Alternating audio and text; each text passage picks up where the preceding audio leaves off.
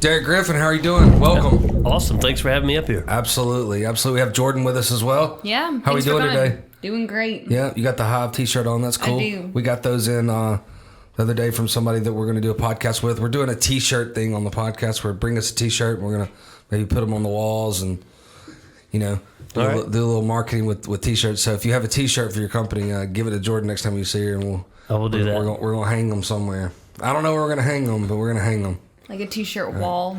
Well, I did. I had just an ungodly amount of Falcons t-shirts over the years, and one of my friends, he's a Florida State fan, and he had this blanket. And it was a t-shirt blanket, but it was nice, like fleece or something on the other side. But on that side, on one side was all his t-shirts, and I'm like, where did you get that made? And there's a company. If you send them your t-shirts, they'll make a quilt out of it. And I just did that. So I was thinking maybe we would just get 30 or 40 t-shirts from all of our podcasts, and we could just change them every time, so they have a little bit of advertising on the podcast. That works. So your company is called Speartek. Speartek. And what does Speartek do? We're a technology company that builds business-to-business e-commerce websites. And when I say business-to-business, that typically is a product manufacturer or importer who is selling at a wholesale price to either retailers or they're selling through distribution. So importing and selling to like retail stores. Correct. Directly. Yeah, at a wholesale price. And these are all e-commerce that are doing that? Yes. Okay. So no phone calls. They don't call up and go, hey, I need, 14 boxes of this shirt or need 18 of those lamps. It tries to automate that process so that instead of having to tie up your own customer service people answering the phone, the customer who needs to order can just go online, see what's in inventory, place an order, and even better, have that order feed right into an accounting or ERP system so nobody has to actually key the order in. Nice.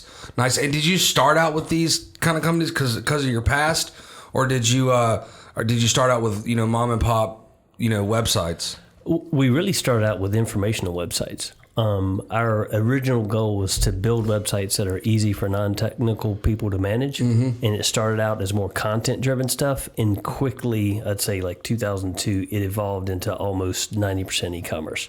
And then about 2005, on a lark, I guess, we went to a product trade show, and then realized that all the product companies that were there that were selling their stuff to retail stores, they are the ones that needed this solution worse than anybody. Nice. So we kind of started heading in that direction, and that's been our niche, I guess, for the last 15 years. So what we're gonna stop right there, and I'm gonna back you up a few years because that's what you're doing right now. But I would like for you to tell everybody, really, because this is called Burn the Ship, and it's for an entrepreneurial and business owner podcast. Tell us about your days in corporate and when you actually burned your ship, and went and did what you did. Sure. So my first professional life was in public accounting. So I worked in public for 7 years doing audit and tax. Then went to work for one of my clients as a CFO of a $20 million manufacturing company. On the side, me and a mountain bike buddy were sort of setting the stage to do this technology company startup. And we all got to the point in January of 2000 where it was time to burn the ship. So we resigned, quit our jobs, put money in, went without a paycheck for 7 months. Yeah. With a pregnant wife. Oh yeah. So that was some wild, scary nights, but we ended up raising a little bit of venture, I guess more friends and family kind of funding, and that got us a little bit further along. And then it was we limped along, honestly, from 2002 to 2005, and then things finally started clicking. So from 2005 to 2008, we grew by about 30% a year, and we were doing quite well. So yeah, we had a guy on here that his name was Chris Camp, and he owns Atlanta Painting Company. It's the largest re-res painting company in Atlanta, one of the biggest in the Southeast. And he was saying almost the same thing. They limped along for 3 or 4 or 5 years, and then it just kind of happened or kind of hit. Well, he was like, it was lucky that we didn't kind of get big in that first year because we would have known what to do with it. It was really good that we had those growing pains and those 3 to 5 years because, we learned a lot and we learned who we were going to be as a company and we had our personnel ready. Is that kind of your experience with that 3 years too? Yes. You definitely learn to run lean. And make sure that you're running a cash flow positive business. It also helped that I had an accounting and finance background. For sure. And then that accounting and finance background has helped me tremendously because all of our clients on the Speartek side are closely held businesses. So being able to understand what we're going to build, which is really a business solution, it's much more than just a website, is going to impact them on the financial side and bottom line side is huge. How many employees do you have? We have about 10. 10. And are you the only salespeople or do you have other salespeople? I've got one other one, and then she's more of a relationship salesperson. So people would buy from her because they like her, but they end up signing because I can give them that confidence that we know exactly what we're doing and we'll deliver a quality, valuable product. Cool. So it's a team effort. Very much so. And is she a part of networking too? Yes. Is that what she does? Not as active as I am, but to be honest, a lot of our business comes from trade shows. Okay. We do a handful, probably 10 to 12 in a normal non-COVID year, 10 to 12 trade shows a year in a couple of different industries, and those product companies are the ones that we target.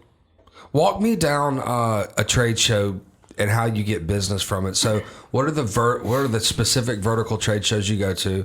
When you have a table and you're talking to people, how do you go down that lineage and how do you make them a client? That's a great question. Thank you.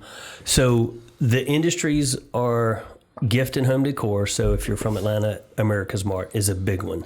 It's the largest gift show in the country. We also do some industrial product shows like hammers, screws, that kind of stuff. And then also promotional product shows like polo shirts, hats, and coffee mugs, anything with a logo. So we have a pre-show strategy and an at-show strategy. The booth is not just for people to blindly walk by us. It's really just to validate us as an exhibitor. We research ahead of time and basically create a hit list of other exhibitors that have websites that suck. Right. We don't walk into the booth and tell them, hey, your website sucks, you need us. We actually just start a conversation. No, but you accidentally run into them. Yes. So we specifically go in, and this is where Andrea is really good. She will start a conversation talking about their product, talking about how the show's going, talking about anything except us. That's right. And never mentions what we do or who we are. And eventually, they ask. Just human nature, they're going to ask, well, what do you do? What do you sell? And then that opens the door for her to tell them a little bit about us. That approach gets an honest answer from the exhibitor. They'll say, oh, our website's terrible. You need to call so-and-so. Versus if you just walked in and say, hey, we do wholesale e-commerce and maybe we can help you out. They're like, oh, my website's great. No matter how bad it is, it's a stiff arm at the edge of the booth if you start off the conversation that way. That's it. All about the approach. Very much so. Well, it's non-abrasive. So that's what I tell people when you're doing networking. I explained a little bit about why we don't bang phone calls out and try to get people to do credit, because it's not person to person. It's not, we're a different company. But if I'm going back to with your bike friend that you started the company with, why websites?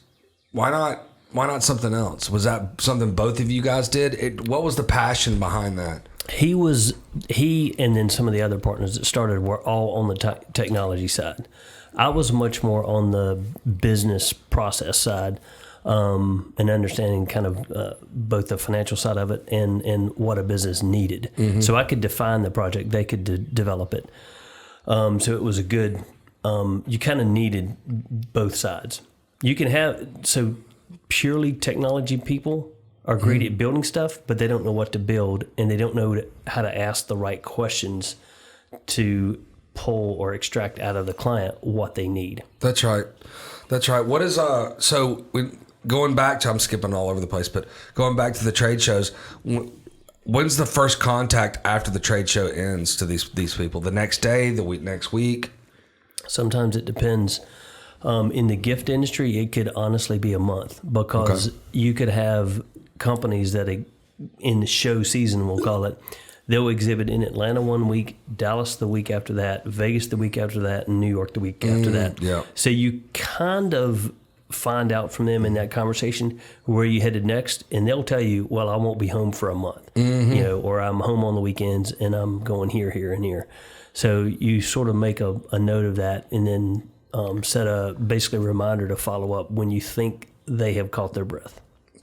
Is it the same as every other trade show that in March, April, May to June is really that bulk of trade shows? So in the gift industry, it's January mainly, and then again in July to August.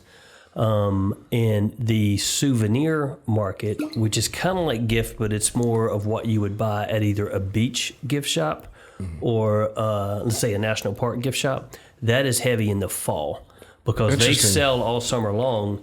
And then in the fall, I'd say September through December, they are now like shopping for what they're going to order and bring into their store in the spring.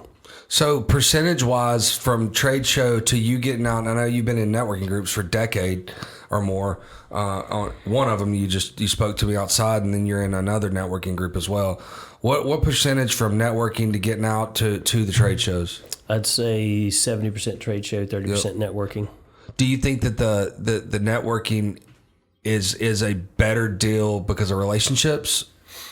I do networking for two reasons. One, it is obviously to get business, but two, it's so that I have a network of trusted colleagues that I can, like when my clients need something, I'm like, I know a guy. So I always know a guy or a girl. That you trust. Yeah, absolutely. I call everybody guys. Like, hey guys, come on. Yeah, like he says earlier, my guys. These are my guys. I'm here too. These are my But guys. I know it's but not you're one of my guys. Yeah, that's good. I like it. Yeah, I there's no male or female on my guys. It's just the guys, Gotcha. the people. Yeah. These are my people.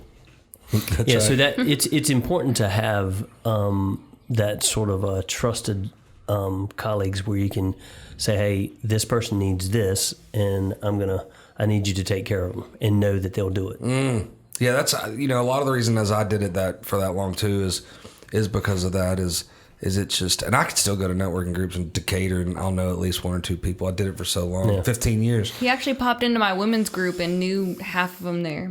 Oh, I knew more than that. week. Yeah, I knew more than that. Most of those guys go BNI and all the Married to Business and Atlanta. I mean, just all of them. I just did it for so long. For when me and Allison lived at that house in South Paulding, I didn't take the kids. The reason I'm not in a morning networking group now is because I take the kids to school. Since we built another house over here about 6 years ago, I still go to some night networking groups, but I was at a networking group every morning, Monday through Friday. Oof, Monday, that's painful. Nah, man. That was my look. Okay. So you have no idea the dream that networking when it came to me, because I was a 50, 60 door a day knocker. I knocked on doors all day. So when I found this networking, I was like, really? I can do this? And I can only maybe knock on 20 doors a day? It was so great to me. So all I had to do was go from 7:30 to 9 to a different group every day. And the retention on those deals are just incredible. Right. They're just incredible. Yeah. I still have a lot of them from 15 years ago that are clients of mine. It's insane. That's awesome. And then I would go to about 2 to 3 at night. But we didn't have kids, and I had to get it. Yeah, I understand. I had to get it. In those 3 years, I did it. And then I took on a partner and we started an MP group. But it was... I was burning the ship right there. And my wife was also pregnant during that time. Yeah.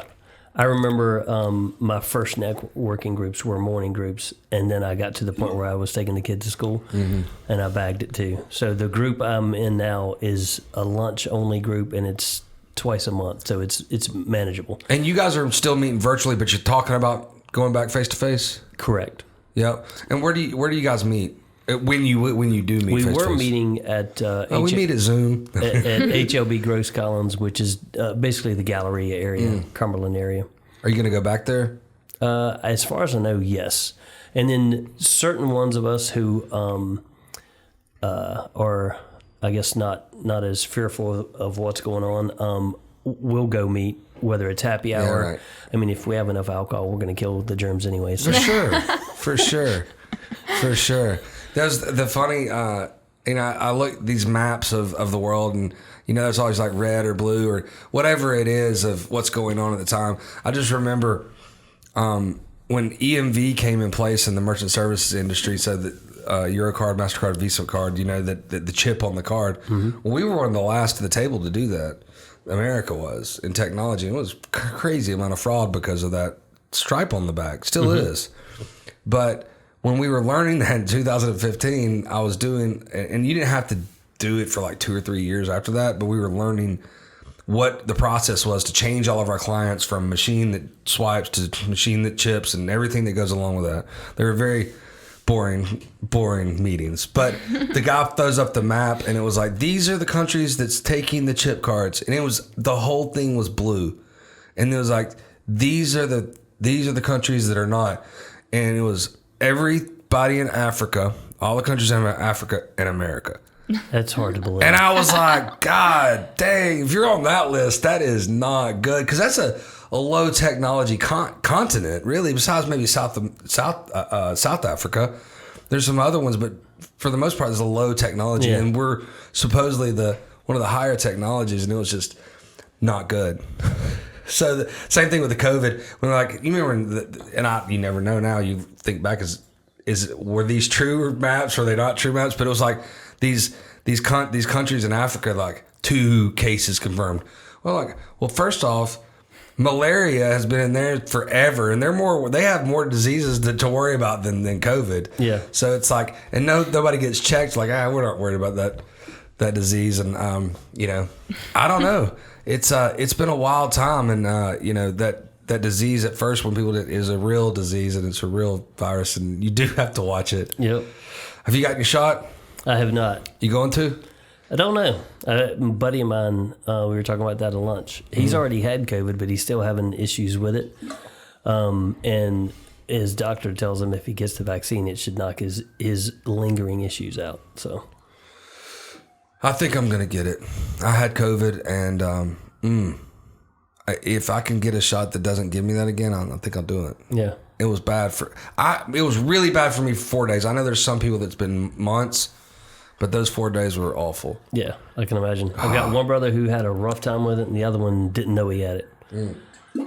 So I felt bad for like 10 days, but 4 of those days, and I didn't lose sense of smell, I didn't lose taste, I didn't have headaches, I didn't get a temperature. But it was like my body aches were like people were stabbing me in every muscle at the same time. Oh, man. And it was, I slept, 1 hour at a time and then wake up. It was real bad.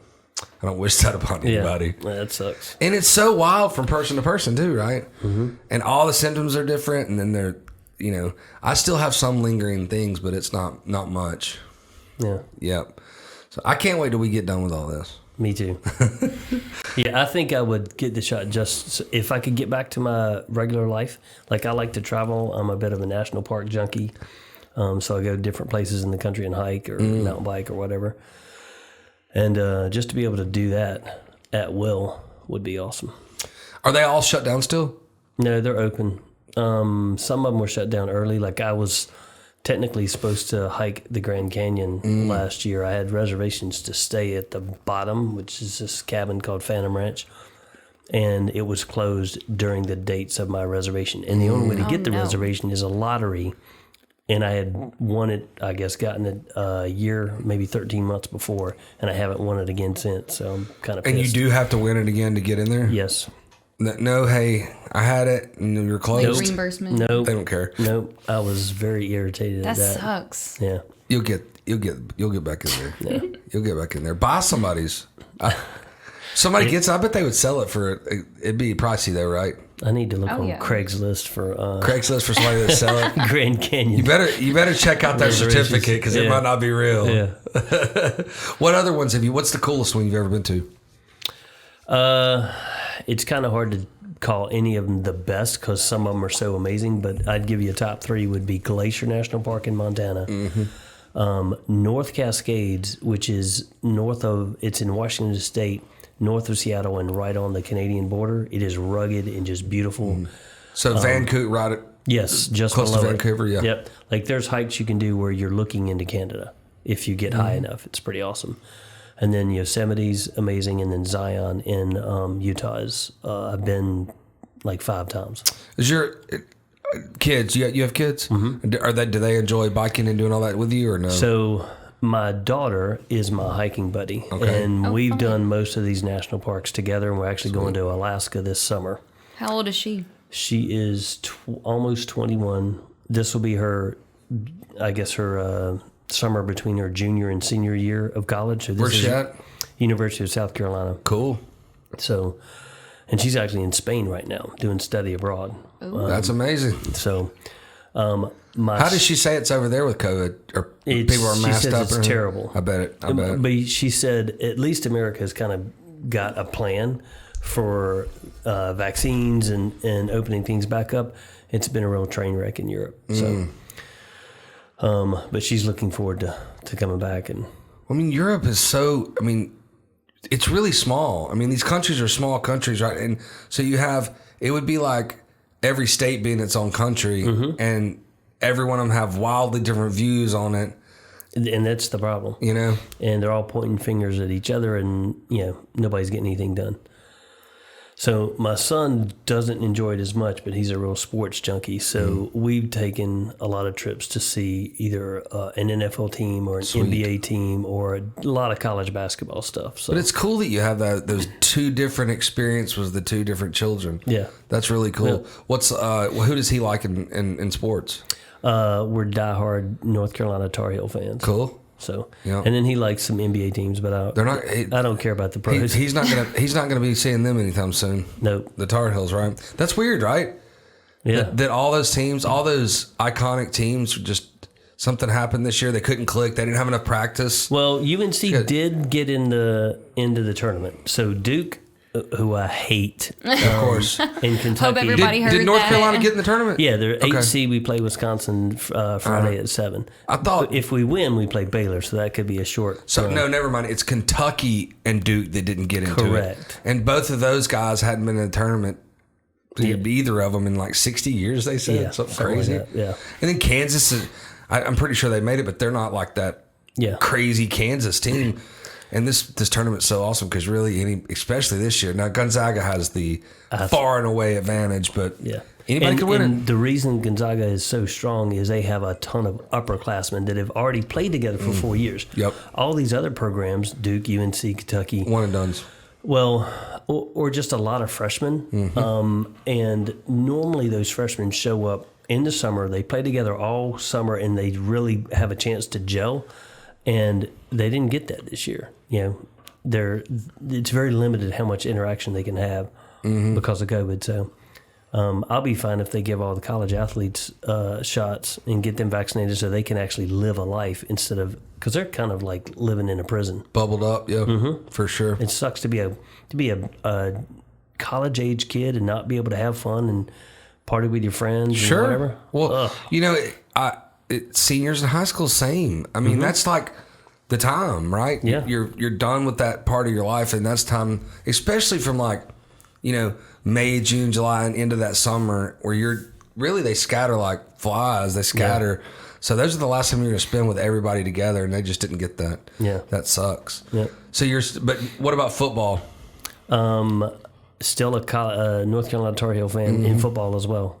I grew up in North Carolina. My dad went there, and just have been a Tar Heel fan since I was born, basically. And your daughter went to South Carolina? Yes. Ooh. But South Carolina was a better fit for her. It's she's a double major in finance and international business, and they have the #1 international business program in the country. Interesting. How'd they get that? It's just a focus that they've had for a long time. They've got a really big business school, and it's funny how some colleges do that are just focused on something because there was a teacher, a professor there at one time that put his or her heart and soul into it to make it that way. Yeah. And I'm a Tennessee fan, so they have like forensic, one of the best forensic science majors. It was just odd, University of Tennessee having that. So it's odd. we were on a call with my son's, I guess, guidance counselor at high school, and she was mentioning the schools that would be a good fit for him. She threw Tennessee out, and he perked up big time. I think we're going to tour it this fall, but I told him, I said, look, because the other thing is I want to go to different big college football stadiums. I'm like, we've got to go to a game at Neyland Stadium. Yeah, it's the best. Yeah. Yeah, it's a big... Man, the SEC is just so different when it comes to college football. I know that people say that, but no, it's you're real. Right. It's real. I've been to North Carolina football games, most of my life. And then this is back in Cam Newton's year, but I went to, it's my first SEC game was Georgia at Auburn. Oh my God, 87,000 people that never sat down. That was the wild catch too. There was a bunch. That of was the crazy wild catch plays. at the end where it hit off somebody's hands and they scored in the last minute, right? Second. I think that was the year after that. All right. They had and the kick six was that year though. That was the next game with Alabama That and might Auburn. have been. Yeah. Which is wild. Yeah. Got a second? What now? I said, got a second? That's I right. used to see those shirts all the time. 100%. Yes. It was wild, and that's why you can't ever give up, because there's always, if there's a second left on the clock, you could lose. Yeah. Well, look, we really appreciate you coming. What I'd like for you to do is tell us how can we help you better? Who's the clients that you're looking for? How can we get a hold of you? Sure. So the companies that we add the most value to would be companies that are like, let's say they have a warehouse, they have products, and they're selling that either through distributors or maybe they're selling to retailers. Location doesn't matter because we have clients all over the country and in Canada. And then how to get hold of us, the best way to learn about us and to see the quality of work that we do is to visit our website at Speartek, and that is SPEARTEK.com. And we're in Marietta, Georgia, 2 miles from the Battery and the Brave Stadium, so pretty easy to get a hold of. Yep. I really appreciate you coming. Thanks for having me up here. Yeah. If there's anything else you want to say, throw it out there.